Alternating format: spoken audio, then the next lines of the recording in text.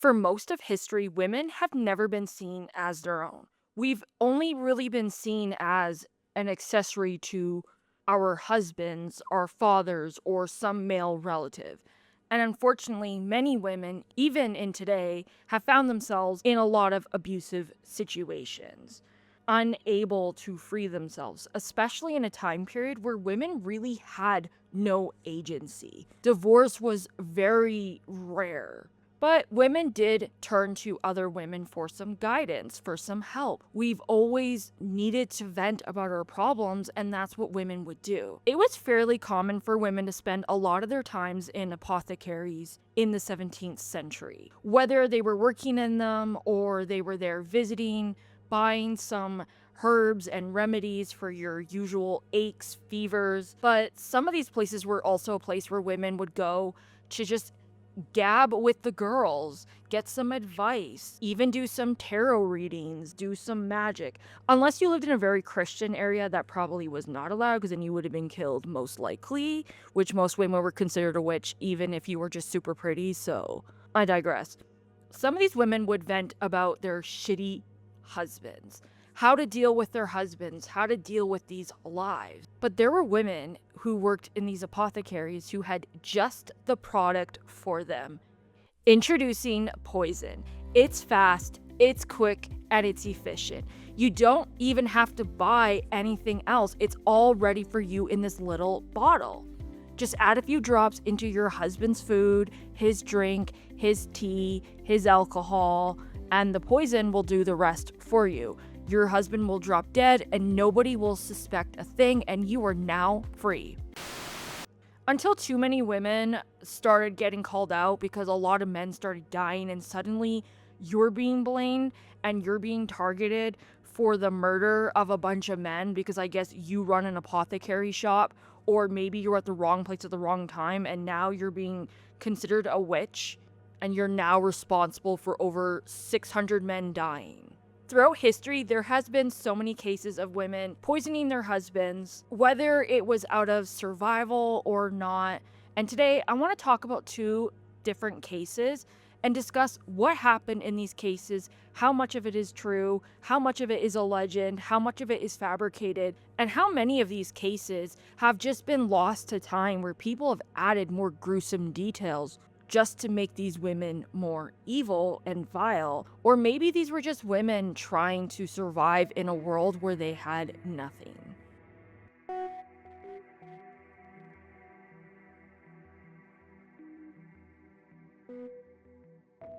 Let me introduce you to the Decomposing Flower podcast. I'm your host, Jen. In this podcast, we talk about all different kinds of things that are true crime adjacent. So if any of that is something that you're interested in, feel free to stick around and maybe subscribe. Today's episode will be a little bit lighter than some of our other episodes. We still are going to be talking about murder and poison. So maybe you can click off this if you're not into that. I'm sure you probably clicked on this because you were curious about it anyways. Unless this video is on autoplay, then yeah, maybe you want to click off. So if you do have a case suggestion, feel free to let us know. I also want to say both of these cases are a little bit older. So the first one we're going to talk about is in the 1600s and the other one is in the 1900s. So with cases that are a little bit older, it is a little hard to fact check some of these. Some of the cases have a lot of missing details. So if it sounds like I'm jumping through them and not giving you a lot of information, that's just because there isn't really a whole lot.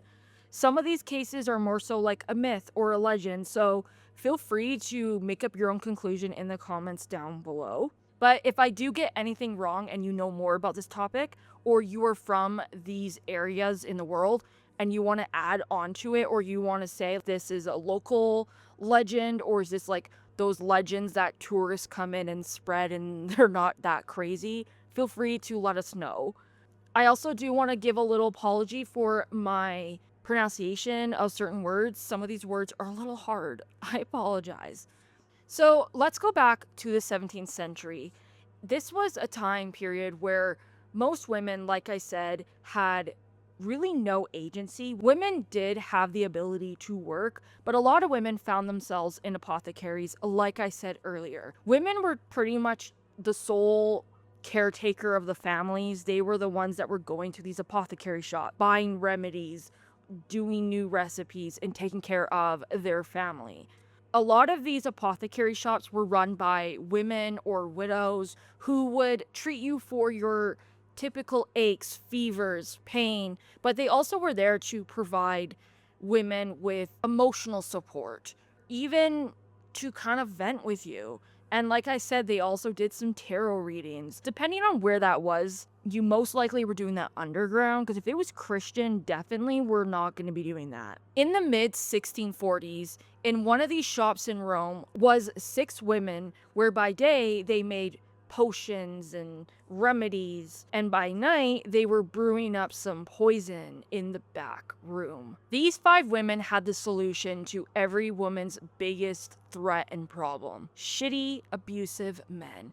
And how do you get rid of these men? You're going to poison them, of course. What else would you do? Especially in a time period where it wasn't really like you could leave. This shop was ran by Julia Tofana, who was believed to be the daughter of a poisoner, Tofania di Amato. But in a lot of records, there isn't any actual proof that this is her mom. Her mother was executed for poisoning her husband, Francesco, and was also trafficking poison. Her husband was very abusive, and Tofania had made this little elixir poison called aqua tofana, which is actually where you see that Julia got her name from. But if you kind of clock that Julia Tofana and her mom Tofania sound very similar, that was not Julia's last name. I think historian kind of put 2 and 2 together and just kind of gave them those names. So Julia never created the aqua tofana, but her mother did. And from what we know is Julia was very young when she watched her mother get executed. She was in her early teens, probably like 13, 14. There isn't really an exact age. But after she witnessed this, she would flee to Rome and open up her own apothecary shop. It's actually unsure when Julia started to run her little poison ring. Some theorize that she was heavily inspired by her mother, and she was quite known to be very smart and knowing different recipes while she had been working in these apothecary shops. So she kind of was just, doing trial and error, making the best poison. Others theorize that she had experienced abuse as a woman. You're most likely going to experience that, especially then. And maybe it was that she hated men after witnessing all this abuse that her mother suffered, other women suffered, that maybe she wanted to take revenge. Some also theorize that she wanted to take revenge for her mother dying, and others just theorize that maybe she was actually just wanting to help women be safe. Julia would end up having a daughter who would then take on this shop after Julia died. Among Julia and her daughter was 3 other women who were socially outcast. They were your heretics, they were your witches, your abortionists. They were poor, they were widows, they were shunned. So there was a woman named Giovanna who was a midwife who helped make the elixirs with Julia in the back of the shop. She also traveled with Julia when she left to go to Rome. Then you have Maria. She is definitely like one of the biggest outcasts. She was a thief, a sex worker, and she also did tarot readings. She also was selling charms and doing magic. Definitely what the Catholic Church would have been terrified of. And then you have, I'm going to probably say this name wrong, I apologize, Graziosa, who was one of the oldest women. She was actually known for handing out the poison in church. Now, she wasn't handing it out to the men, but she was giving it out to the women, which kind of shows you that these women had almost such high confidence with what they were doing that they weren't kind of afraid to hand it out. This little poison ring was responsible for killing over 600 men. It's actually heavily debated whether Julia was even a part of this ring or not, but one of the biggest arguments you see is whether Julia was this dark, evil woman who hated men, or was she just a woman trying to save women and girls from abusers. Divorce in this time period was very, very rare, and it was set aside only for the most privileged and the elite. And even then, most women didn't have the ability to just be like, I'm leaving my husband. Typically, in a lot of Catholic faith, Christian faith, divorce was not really allowed unless you were unfaithful or there was abuse. It wasn't like women could just be like, my husband's cheating on me or he's abusive, and they would grant you that. You still were under your husband's authority, meaning your husband could just be like, she's sick. You might be blamed for your husband's betrayal. So most women just basically didn't really have a choice to leave unless their husbands died. That was really the only way they could be free, or if they died themselves. So, how do you get rid of abusive men? You kill them. And using poison is easy. It's not messy and it's fast, and you just got to do a couple drops in the food and you're good to go. This poison was a potent mixture of arsenic, belladonna, and lead. It was tasteless and odorless, so women were able to put these into their husbands' meals, and their husbands wouldn't know anything. They wouldn't notice. There wouldn't be like, oh, there's this weird taste, or what is this nasty smell? Nobody really knew. So women would come and visit the apothecary shop. They would be vetted before they were able to purchase these poisons. Typically, Julia was vetting these women through other women. It was almost like an honor system, I guess you could say. So it wasn't just like she was advertising it. It wasn't like she was just like, hey, we got poison to kill your husband, buy one, get one free. Definitely not doing any of that. So these women would come and they would collect them, and then nobody ever suspected a thing.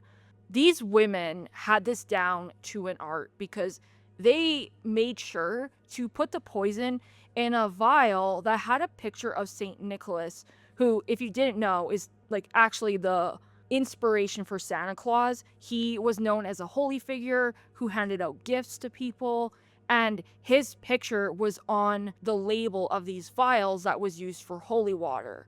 So this was one of the perfect disguises, because nobody would find it odd that you just have this vial anywhere, and they would assume that it's just holy water, which kind of makes sense why they were handing it out in church, because it's holy water, right? A lot of the women were literally the poor and the wealthy, because obviously women are not safe no matter who you are. They were having a lot of women that were more vulnerable, your sex workers, the poor. Obviously, this didn't go undetected. Many men started to notice, their friends dropping dead, their dad, their brother.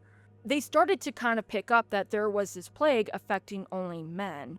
And of course, they were blaming the women, which I guess makes sense because it was the women doing it, but of course they were blaming the women anyways. So the Pope at the time, Pope Alessandro VII, he was known to hunt witches and heretics, and he and his little crew started to notice, all these men dying. Men were becoming afraid of their own wives, mothers, daughters, sisters, etc.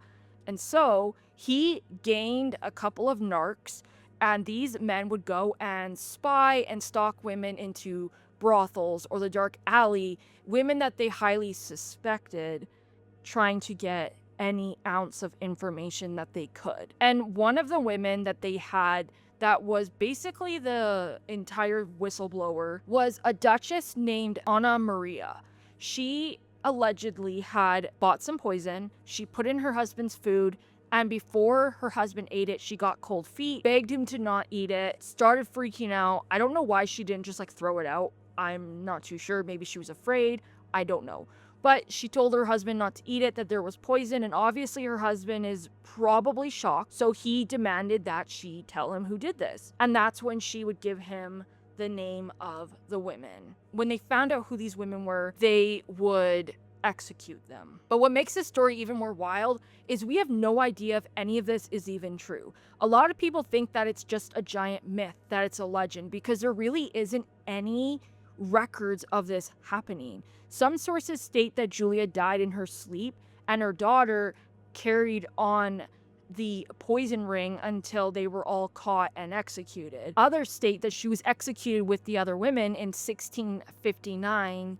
Another theory is that she just never was a part of it at all, and that she literally just had nothing to do with any of this. The only evidence they really have at this exact time period in this location was Tofania di Amato. She was the only woman that they really had that had done this. So there really is no theories that Julia was related to this woman. Her entire relationship with Tofania is completely made up by some historian in the 1800s. I'm not sure if he was just maybe putting two and two together, or if he was just kind of having a little creative writing workshop where he just decided to do it, or what. But it's really hard to know if Julia was ever a part of this entire thing, or was she just some woman who ran an apothecary shop and was just accused of this. But obviously, this is not the only time we have this, and of course, women for centuries have poisoned their husbands. And we're going to talk about another case that is in Hungary in the 1910s to the 1920s. They were known as the angel makers of Nagyrev, and I'm so sorry if I said that completely wrong. World War I hit Hungary very hard, especially women. There was no opportunities. They were very poor, and these women had pretty much no rights as well. They were dealing with the effects of war. They were also dealing with the loss of their husbands, and also with their husbands coming back with PTSD and being very violent. During the early 1900s, a lot of young teen girls in Hungary were forced to marry adult men that were given to them by their parents.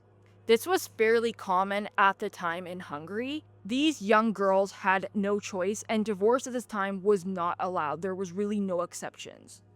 Even then, most women really didn't have a choice because it was either like you have a husband or you die. Like that was pretty much it. And some of these women, it's like, what are you gonna do? You have no choice. These men were very abusive, they were alcoholics, and they were just awful. And then just add war on top of it. These men were coming back 10 times worse from the stuff they had seen. These women were struggling to survive their life and also these households, but they had heard of rumors. Rumors that men could just disappear without you needing to hire an assassin or use a gun or use a weapon. All you needed to do was use your kitchen and some poison. Women had heard rumors of this one woman named Susanna who they had highly trusted. She was a little bit older, she was a midwife, and she knew how to give these women their power back with poison. Susanna was their savior. She traveled to Hungary with her husband, Gyula, in the early 1900s, but he disappeared. We have no exact reason where he went. No idea. I have no idea. Maybe she poisoned him? Who knows? Susanna was a little bit of a hot topic because she was very well trusted and well perceived in the community, and she was the closest thing to a doctor. She was arrested over 10 times between 1911 and 1921, but each time she was acquitted. Her crimes really weren't that bad. She was performing abortions. At the time, abortions were illegal, and even if you make abortions illegal, they're not going to stop them. So it wasn't like she was off like killing people or doing awful things. She was just giving women abortions who needed this. It could have been whether these women were getting pregnant and couldn't afford to care for a child, or maybe they were having affairs. During World War I, Nagyrev was seen as a hotspot for prisoners of war. Apparently, these prisoners of war were able to kind of walk around the area, and a lot of these women were off having affairs. But I do think a lot of these women, maybe it was like they were finally having a little ounce of freedom away from these abusive men, and maybe they were finding men that they were actually attracted to or into, or maybe they were just looking for some fun, I guess. I'm not too sure. But obviously, maybe these women were getting pregnant, and that's why Susanna was giving them abortions. So women would go and they would talk to their friends or even Susanna about what their husbands had been doing. And that's when Susanna would say, I have a solution to your problem. Just give them poison. It's gonna go undetected. Nobody will know a thing. That this arsenic will not show up on their body and you will be fine. I want to make it very clear, I don't think these women were going around just killing a bunch of men because they were just like in a silly, goofy mood or they were just angry. I think this was out of survival. that they didn't really have much to do. Obviously, I don't condone doing this. It's not really black and white, right? Typically, men do make up 90% of aggressors or abusers in domestic violence relationships. That's not me saying that 90% of men are abusive. I'm just saying that in DV, they do make up 90%. Typically, when women kill, it's usually out of survival. Of course, they do kill for self-interest, money, but it is mainly for survival, and men typically kill to punish or gain control. Obviously, men can also kill for survival. So these women would go get their little arsenic, they would boil flypaper, and then they would just put the poison into their husband's meals, their teas, their alcohol, and these men would be none the wiser. They would drop dead, and these women are free. It's estimated that over 101 locals died and stretched among neighboring counties. And these women were completely safe. Susanna was the closest thing to a doctor, as I said, and her cousin worked as a clerk who signed death certificates, meaning these women were able to kill their husbands and the deaths would go unnoticed and were never clocked as murders. Although eventually these women did stop just going for these shitty men and were just killing anyone that was dependent on them, like their family members, their children, their sons, even their own lovers. Susanna was reported and known to just say, why put up with them? Which is definitely crazy to say. I don't know if Susanna maybe started off with good intentions, if she was like, you know what, you've already gone this far, just do it. Who knows? Obviously, this did start to get some attention because you can't just kill a bunch of men in your little community and nobody notices. There's really no exact reason how these women got caught. Some theories were that there was attempts failed and these men were not dying and then being like, hey, my wife tried to kill me. One count was that a woman got caught and she blamed it on another woman who then gave the name Susanna, and they went to go and get Susanna and her crew of women who were doing this. Another suggested that there was actually a med student who had been writing notes on these men dying in this area and were noticing high levels of arsenic, obviously noting that these men were poisoned.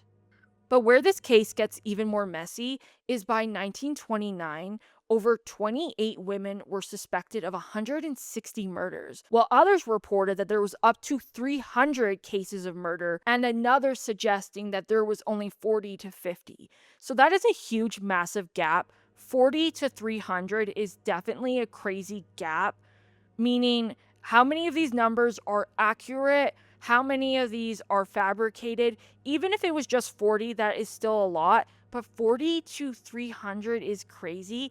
It seems like what is the most well-known number is the 160 cases, which is still a pretty high number, don't get me wrong. By the time they went to go and arrest Susanna, she already died. She took her own life by using her own poison. Only 26 women would stand at trial. 8 of them were sentenced to death, 2 were executed, and 12 received prison time. The reports of the trial were very interesting. A lot of the reports were that women were very bored during the trial, as if they didn't care and were just not taking it serious. Although it's hard to know because, I mean, like, what did they expect the women to do?